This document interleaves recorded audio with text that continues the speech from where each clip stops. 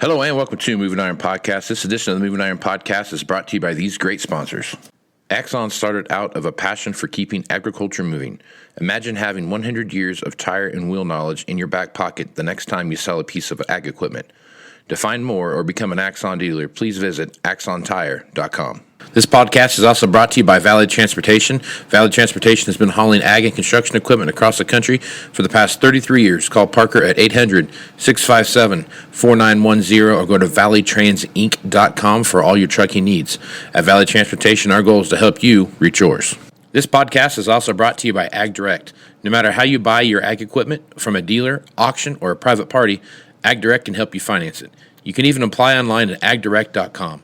Learn more about your financing options at agdirect.com. Moving iron in the 21st century. Hard-working people working hard for you and me. Moving iron time and time again. Through the years you'll find us here. Moving Iron. Hello and welcome to Moving Iron Podcast. This edition of the Moving Iron Podcast is brought to you by Valley Transportation.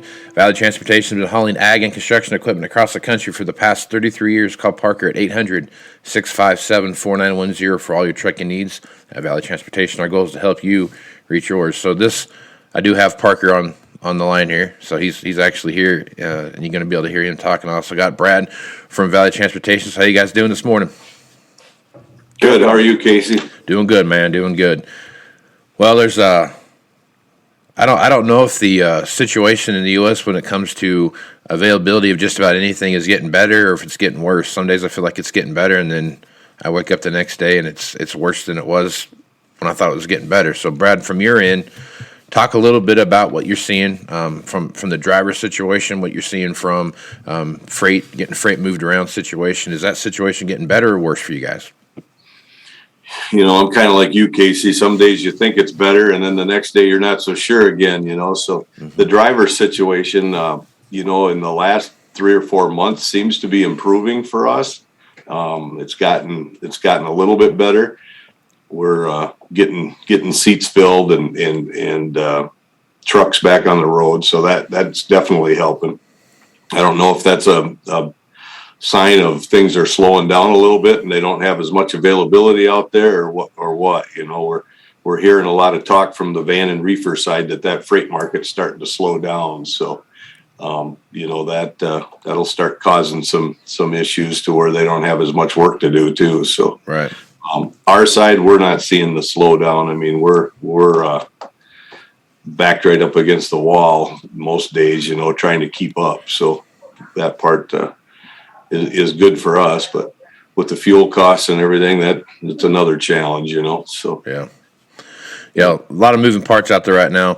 Parker, when you're looking at freight that you're booking, those kind of things, what are some of the lead times you're seeing coming out of some of these factories where you guys are picking stuff up at? Well, you know, it all kind of depends on every part of the country where you're picking it up, but you know, in Iowa, we're extremely busy right now, and we're getting it out of the factory, you know, within the allotted amount of time. But you know, it's putting a lot of stress on other stuff that isn't coming out of the factory, where you don't have you know, scheduled dates that you need to get stuff picked up. Yeah. But just anywhere it depends on if there's a available truck or not. You right. Just never know. Yeah.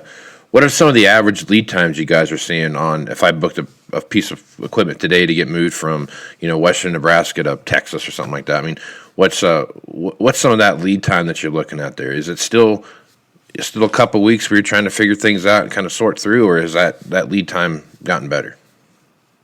You know, out of western Nebraska, it's not so bad. I mean, there's a lot of available trucks over there coming out of Colorado and stuff where we got a lot of dealers out there, and there's not a lot of equipment to pick up out of Colorado, so it wouldn't be an issue getting a truck up there within, for sure, 2 weeks. Yeah. So when you're looking at the coast, though, I'm getting stuff out of ports and those kind of things, what's that look like?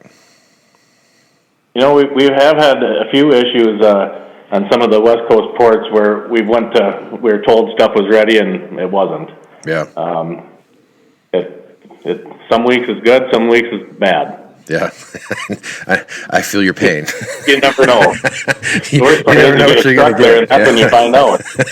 Yeah, I've done that very same thing where you've sent trucks after stuff and it's not even, the guy's still using it. Yeah. So I'm like, wow, what's going on there? So, all right. Brad, what are you seeing on that from your perspective? When you take a look nationwide, I'm sure you'd have lots of conversations with trucking outfits all over the country. What's some of the sentiment you're hearing from them? I don't think the lead times are shortening up much, especially in our industry, maybe on the other side of the world in the vans and reefers. But with our stuff, that it seems to be everybody's still pretty booked up, so, most of the time we're looking a week to 2 weeks out, can you get lucky and get a truck that delivers right next to where you got freight, where we don't have anything to move? Sure, that'll happen from now and then, time to time, but it seems like you're 1 to 2 weeks out for sure on most of the stuff to get it moved. So yeah. So with this blizzard that came through the northern plains up here, Dakotas, and probably over into Minnesota a little bit, what kind of wrench is that thrown into the freight situation right now? I don't think we've seen much problem with it, did we, Parker? It was pretty isolated in a small area. Yeah, and I think the roads got kind of taken care of, fast. I mean, the stuff was, it's not winter time where it is kind of melting a little bit when it hits the roads. I think they're warm enough that it doesn't make a huge mess, but haven't heard too much from drivers having any issues up there getting around. Yeah. Yeah, it was a big deal, I think, for a little, like you kind of said, in a very isolated area. Wasn't as widespread as I thought it was going to be. Watching the weather forecast for us this week, we were supposed to have a fair amount of moisture come through, snow and rain and what have you coming through here, but it got taken out. So the storm kind of stayed more north, I think, than what they anticipated. Yeah, we've had a lot more trouble with wind and stuff like that around here. Yeah. They blew, I think, 7 or 8 trucks over up on I-35 the other day. Just tipped them right over in the middle of the road. Yeah, it's we had the same thing down here. We had plenty of guys that were, the winds were so strong here, guys that were just parked on the road got blown over. I mean, so it was just crazy amount of wind that we've had come through here in the last couple weeks. Fuel costs, that's got to be something that is starting to kind of weigh heavy on what you guys are doing. Not that fuel costs all of a sudden took a big jump overnight, but it's been a steady increase to where we're at now, and I've seen the horror stories of California where you got $7 and $8 diesel fuel, and you've got, right around here, I think we're right around $4.50, $4, something like that for diesel. That's got to start weighing pretty heavy on what you guys are seeing out there. So as you're talking with customers, what are you letting them know about fuel surcharges and those kind of things? Well, the biggest thing, when the fuel started taking off and it went up so fast, we adjust our surcharge every Monday morning to the national average. Well, we were 70, 80 cents behind there for a few of those weeks. Yeah. Just in that 7-day period, Yeah. So we had to go back and have some conversations with customers about getting that adjusted quicker than we were, So hard conversations. Nobody likes to hear those conversations, especially, when it's already all kind of bid out and they kind of have an idea what they're spending on it, and then they got $400 or $500 more fuel surcharge on a load, Right. So it gets to be a tough conversation. So, yep. And the other thing is this is the highest fuel surcharge I've seen in 35 years, you know, so it's, my fear is it's going to really start slowing things down. Yep. So that was my next question, Parker. When you're looking at freight and stuff like that, things getting booked, how much does that conversation come up with, like, what's your surcharge look like, or is there people backing off of doing? I mean, obviously, if you got to move something, but is there more conversation around pricing than you've seen in the past? Yeah, I mean, at the beginning, it was a lot harder of a conversation, but as it hasn't went down. I mean, it stayed right there. I mean, everybody realizes it. They put fuel in their own cars. They know what it costs, and a semi isn't getting any better gas mileage than what their cars are getting. They just realize it. Right. It obviously hasn't slowed anybody down from wanting to get stuff moved. Mm-hmm. they kind of haggle with you a little bit, but at the end of the day, they realize, like, well, I need to get it done, and that's what it is. Like, just like with the equipment, there's no good deals out there anymore. As much as I'd like there to be, yeah, there's not. It is what it is. Yep. No, that's a true statement. It's kind of one of those things. We've talked about it on the podcast before, where if you have a machine that's available today for sale, there's a different price. Well, it's like a different pricing structure than if you've got a coming in the fall or something like that, when you're trying to speculate against what the market might do. I'm sure freight's the same way. If you have a truck right next to, like Brad was saying, if you have a truck within 30 miles of a load, that's probably a little different conversation. Yeah, you can be a little bit right. Yeah. You can be a little more aggressive on the price if you don't have if you're not bouncing on $5 fuel. Right, exactly. So when you're looking at, let's talk about this a little bit. This is something I've always been curious about. When you're looking at, the 48 states that you guys deliver stuff to, and you're doing your thing, is there one region that's better right now for freight than there isn't? Like, is the Southeast harder to get stuff in and out of than say the Southwest? Like Midwest is definitely the hub of the country, and it's harder to get freight out of here because there's so much stuff and we're so backed up. Mm-hmm. The lead time is going to be longer than something out of Texas, where there's a lot of trucks down there and not nearly as much freight. I got you. Okay. But the Midwest is definitely the hardest place to try and find somebody to move your stuff right now. Absolutely. Brad, what do you have conversations with your other guy? What are you hearing around the country? There's just not a lot of things have changed. It's still very difficult for us to get our own equipment, our trucks and trailers, right. I've had some van trailers on order they've been on order for 6 months, and they still don't even have any idea when I'm going to get them. Yeah. So, we got semi-tractors that we had ordered a year ago that still aren't here. So they're starting to come in now. They seem like they're lightening up on some of the holdback stuff, as far as we can order more for next year than we could this year. Right. They're not keeping us on a tight schedule of what that they're going to allow us to have, Mm-hmm. So, there's just, I guess I don't really see it slowing down a lot, right. Especially with the ag economy. The ag economy is kind of firing up, so yep. I think that's going to be pretty strong for the next year for sure. So, I'm sure you guys are seeing it too. You can't get the equipment, and there's still holdups on every spot. We were talking about it the other day. It's not fun buying anything anymore because you can't negotiate for nothing. Right. You can't play the game. I know. No, negotiation is out of buying today. I mean, it is. You're just lucky if you can get it. Yep. That's your negotiation point. You can get it today. Right. I'll take it. That's about the conversation, the way it goes. So yeah. When you're looking at kind of finishing out the rest of the year here, I mean, we first quarter wrapped up. We're going into spring, summer, and so on and so forth. A lot more freight moving around this time of year than any other time.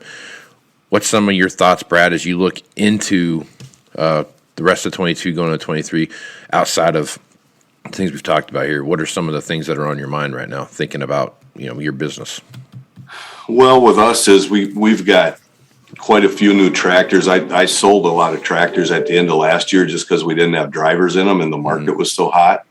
Put us in kind of a short situation. So now we got the replacement ones coming in that are, we don't have trades for. So we're looking out for the drivers. We need to make sure we got drivers coming in for these new tractors as they're coming in, and to get them back on the road. So we're pretty sure that we're going to have the freight to keep them busy. The way it looks, it's not going to be a shortage there. So we're just, and then going into next year, it's like, how many do we sell? How many do we, keep? We're pretty fortunate. We got a new enough fleet that we don't have to bail out of them if we don't want to, so we can run pretty well anything we got for another 2 years. So that's kind of a good spot to be in, really, in this market. So Absolutely. yeah. Parker, what are you seeing on your side? What are some of the stuff that you're thinking about as you go through the rest of this year into 23? Trying to keep up. Right. I don't see it slowing down at all. I mean, if we're this busy and people still don't have their new equipment, we're going to have to move it eventually. Right. I think it's just going to keep flowing in. And like you kind of mentioned earlier, you think you're getting caught up, and then the next day, bam, you're not. Yep. You might have one day the phones might slow down a little bit and might not get as many new orders in the email or something, but the next day you're right back to where you started. Yep. I know the Behind. feeling. I know the feeling. Just can't seem to get around on the other side of the 8-ball. That's getting tougher by the day. So. Who knows what's going to happen with the fuel prices and trying to get supplies, whether it's tires or, like Brad said, trucks, trailers. Guess you just wait and find out. Yeah. I worked with speaking of tires, I worked with a company yesterday, and we went through 4 different sizes of tires before we had a combination of tires and rims that would fit. Either I had rims and no tires, or tires and no rims, and finally found a set of size that had tires and rims. And like to Brad's point, I'll take them. I didn't talk about price or anything. Our new trucks are coming in. Yeah. We don't even know what they're coming in on for tires. We're just lucky there's some on there. That's right. Are they round and black? I'll take them. Right. Hold air. Exactly. Talking to a friend of mine that works for a tire dealership, and he said the Michelin rep that called, and they basically do ag tires for tractors and stuff, and I think it was their Michelin rep called in and said, everything's 19% higher as of today. Yeah, that's crazy. Okay. These price increases are just nuts, man. You get a letter in the mail that says, "Oh, and by the way, just so everyone's on the same page here, there's a 35% iron or steel surcharge." Oh, that's cool. How are you guys handling that? Are you just doing surcharges on your equipment when the stuff goes up like that, Casey? Or? Yeah, we just adjust the price. That's all we can do. We just have to take a look at what we pay for it versus what we can sell it for, and that's kind of where we're at. And when you don't have anything to, like you kind of to your point earlier, if you want one, here it is. And it's not like the machine shows up and they say, oh, by the way, it's 25% more than it was than we quoted to you. But there is times where we've done that. We've seen some tillage pieces and those kind of things. From some various manufacturers show up that halfway through the build cycle, like, oh, by the way, here's a 15% increase that you're going to see when it gets here than what we quoted you. And luckily, we didn't have any of that stuff sold to anybody. It was just on order. But it does. How do you plan for that? You know what I mean? That's kind of back to your point with the surcharge thing on the fuel. Like, how do you plan for something that you didn't plan for, that you didn't even know you could even needed to plan for? So it's just one of those. It's just a crazy time right now. They pushed us into these emission stickers for California. Yeah. So all these trucks are coming in with this emission sticker. Well, now you can get it without the sticker. Mm-hmm. But if you want the sticker, you got to buy a warranty for $2,500. Just to get the sticker? For the sticker. So I said, okay, so what's that warranty cover? Nothing. Oh, wow. That's good. You're paying to put the sticker on the truck, $2,500. Wow. That's, I need to get in that business. Yeah, no kidding. So that, along with a surcharge increase of $5,000, every truck we had went up $7,500. Yeah, and $7,500 on one's not that big of a deal. But you take it across a fleet of 100, and all of a sudden, man, now you're looking at $77,500. It's a big number. Big numbers. So that's the part right now when you start looking at surcharges, those kind of things. It's the volume times the surcharge that add up. So that's what you get there. Yeah. So crazy times we live in, man. Parker, if folks want to reach out to you get more information about what's going on at Valley, what's the best way to do that? Yeah, get a hold of me at 800-657-4910 or shoot me an email at pjohnson@valleytransinc.com. Right on. And Brad, if folks want to reach out to you and talk a little about what's going on in the trucking industry, what's the best way to do it? bgraph@valleytransinc.com, probably the easiest way, or call the office here at the 800 number, 800-657-4910. Right on. Well, fellas, I appreciate you being on the podcast. All right. Yeah, Thanks, thanks a lot, Casey. Casey. Talk to you Appreciate next it. time. Right on. Axon Tire is going to have more tips, tricks, and client advice throughout the year and in September at the Moving Iron Summit in Nashville. If you're looking to sign up for the event, please head over to MovingIronLLC.com. We hope to see you there. Valley Transportation has been hauling ag and construction equipment across the country for the past 33 years. Call Parker at 800-657-4910 or go to valleytransitinc.com for all of your trucking needs. At Valley Transportation, our goal is to help you reach yours. And no matter how you buy ag equipment from a dealer, auction, or a private party, AgDirect can help you finance it. You can even apply online at agdirect.com. Learn more about your financing options at agdirect.com. Moving higher in the 21st century.